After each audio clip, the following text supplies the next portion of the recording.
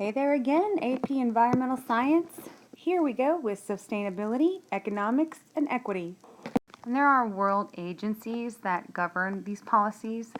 Considering a variety of worldviews that are presented that I just talked about, we can extend a particular country or agency to subscribe to pretty much any precautionary principle. We can begin to understand more about the decision-making process that influence various world agencies that give it jurisdiction over the global environmental system. So global or national or personal situations may prompt key beneficial decisions and make all of this necessary. After World War II, leaders of all nations came together and founded what we call the United Nations, or UN. And that's a global institution that's dedicated to promoting world peace. And when its charter was ratified in 1945, it grew to, I want to say, like 193 members. Um, just here recently, I think it initially only had 51 members, but by 2011, 2012, it had grown to over 190, 193, I think is where we're at now. So, and that's the number of countries that are on this particular type of government body, the UN. And since it's been established, the UN has created many internal agencies itself. Four of the most important ones that are related to what we're talking about are the United Nations Environmental Program, the World Bank, WHO, the World Health Organization, and of course the United Nations Development Program. And we're going to talk about a couple of these individually. So the UNEP, UNEP, is a program of the United Nations that's responsible for gathering environmental information, conducting research, and assessing environmental problems. Its headquarters are in Kenya, and its international agency's responsibility is to negotiate certain environmental treaties, more like the Convention of the Biological Diversity, which is, or the Trade of Endangered Species, what we call CITES, the Convention of International Trade in Endangered Species, and also the Montreal Protocol, which was part of a depletion of the ozone layer research. And so basically it has its own agenda and its own set of guidelines. The World Bank is a global institution that provides countries with objectives like reducing poverty and promoting world growth, especially even in some of the poorest countries. The World Bank cities' four goals for economic development are educating government officials and strengthening governments, creating infrastructure, developing a financial system, and combating corruption within governments. And so you can imagine how that could possibly be related to environmental systems and policies. All right, continuing on here with the WHO, the World Health Organization, it's a global institution and it's dedicated to improving human health by monitoring and assessing health trends and providing medical advice to lots of countries. And its group within the UN is responsible for combating the spread of infectious disease, like any sort of like global climate change is also in that whole category. This organization is also responsible for health issues that cause crisis and emergencies situations that can be caused by natural disasters. And so they have 5 key objectives. They are promoting human health, fostering healthy security and defend against outbreaks, strengthen the internal healthcare system of countries, and coordinating and synthesizing health rescues and searches. And they also enhancing partnerships between other organizations. They're kind of like a community, like the glue that holds the community systems together. The United Nations Development Program is also a program that operates in only 166 of the 193 countries around the world, and they're basically advocates for change. And they help people better understand how they can have a better life. Their also headquarters are in New York, and its primary mission is addressing and facilitating the issues of democratic governance, poverty reduction, crisis, and like recovery type of things. Environmental and energy issues are also kind of spread in there. And so they're interested in prevention of like the spread of international disease. AIDS is one of the things. They put out a lot of reports, and they've been pretty much extremely useful as a measurement tool on giving us like updates on the status on human populations. The UN's got a lot of different agencies. There's a great number of them that are basically like non-governmental functioning that are just contribute to like research. Research. One of these is Greenpeace, and that's an international union for conservation of nature. And also one that you might be familiar with is the Worldwide Fund for Nature, or the World Wildlife Fund, as it was called when I was, a child. And those are basically friends of the earth, and it's an international group. All right, U.S. agencies. There's a lot of these. I'm just going to tell you a little quick story. In 1969, an offshore oil platform that was 10 kilometers or 6 miles from Santa Barbara, California, it began to leak oil. And about 11.4 million liters, that's 3 million gallons of oil spilled out over 11 days, basically contaminating everything. This was not the first oil spill during the 60s, nor was it the largest, but its proximity to Southern California's coast resulted in something new, and that was media attention.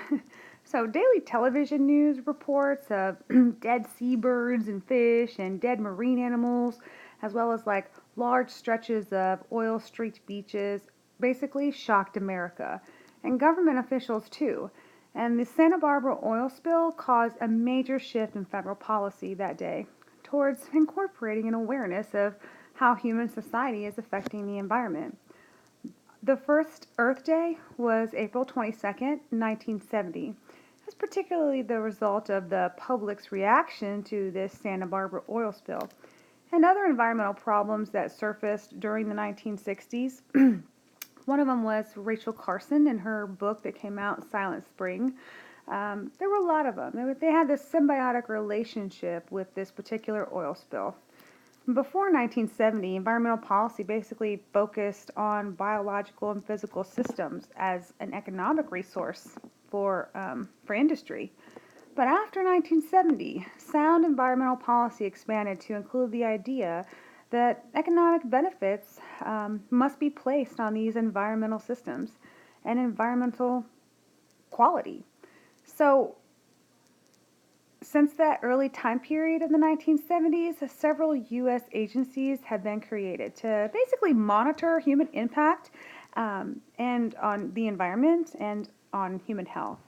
The EPA is probably the most well-known. In 1970, President Richard Nixon signed a bill which basically created the EPA, the Environmental Protection Agency.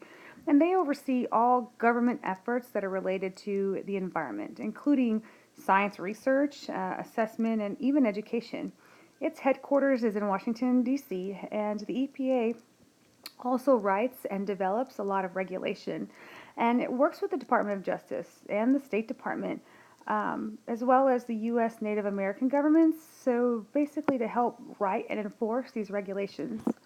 Another one is OSHA. In 1970, President Nixon as well created the Occupational Safety and Health Administration, also known as OSHA. And this agency is part of the U.S. Department of Labor, and it's responsible for enforcing human health and safety regulations. Its main mission is to prevent injuries, illness, and death in the workplace. OSHA conducts, inspects, holds workshops, and also has like educational efforts to basically achieve its goals. It's kind of an educational facility and an environmental inspector all in one. It wants to limit exposure to chemicals and pollutants, and especially when it comes to the workplace. So OSHA, its latest thing is now being involved in environmental protection as of here recently. The Department of Energy, or the DOE, was actually not created until 1977 by President Jimmy Carter.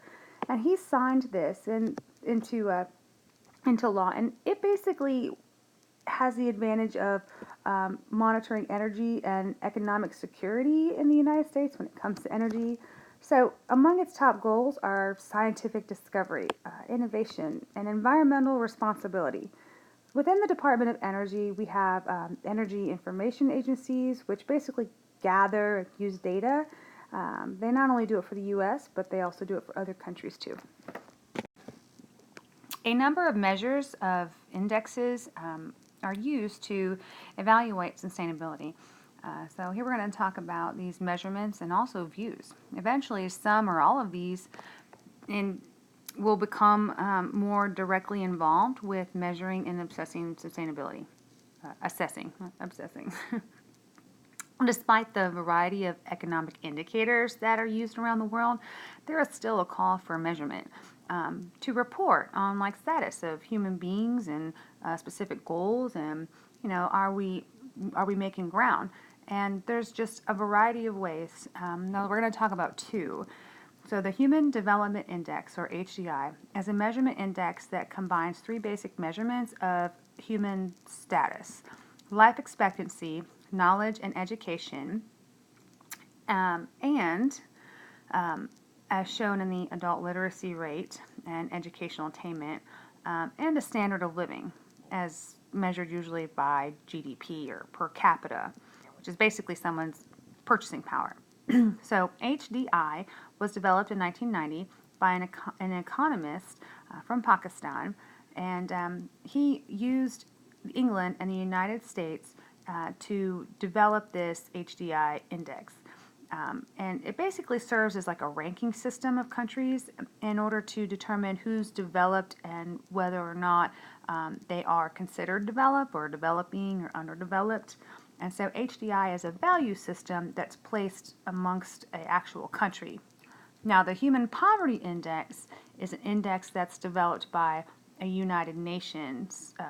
It's a UN thing, and it investigates a portion of the population that is suffering. So it's a little different, and it measures things like longevity, as indicated by a percentage, knowledgeability, which is also part of a literacy rate, and a standard of living, which is basically a human population had to have access to water, clean health services, and the percentage of children under the 5 who are underweight is also one of their things.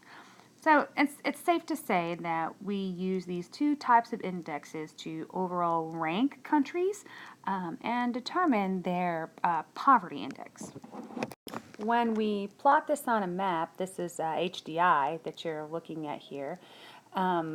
Countries that are greater than or reaching 1 or 0.95 are like the US, Canada, Australia. You can see that these developing nations, these developed nations have a much higher score, and that's how the HDI index works. It's a system that encompasses not only the percentage of the population, but their overall ability to live, their ability to read, their ability to have access to health and human services.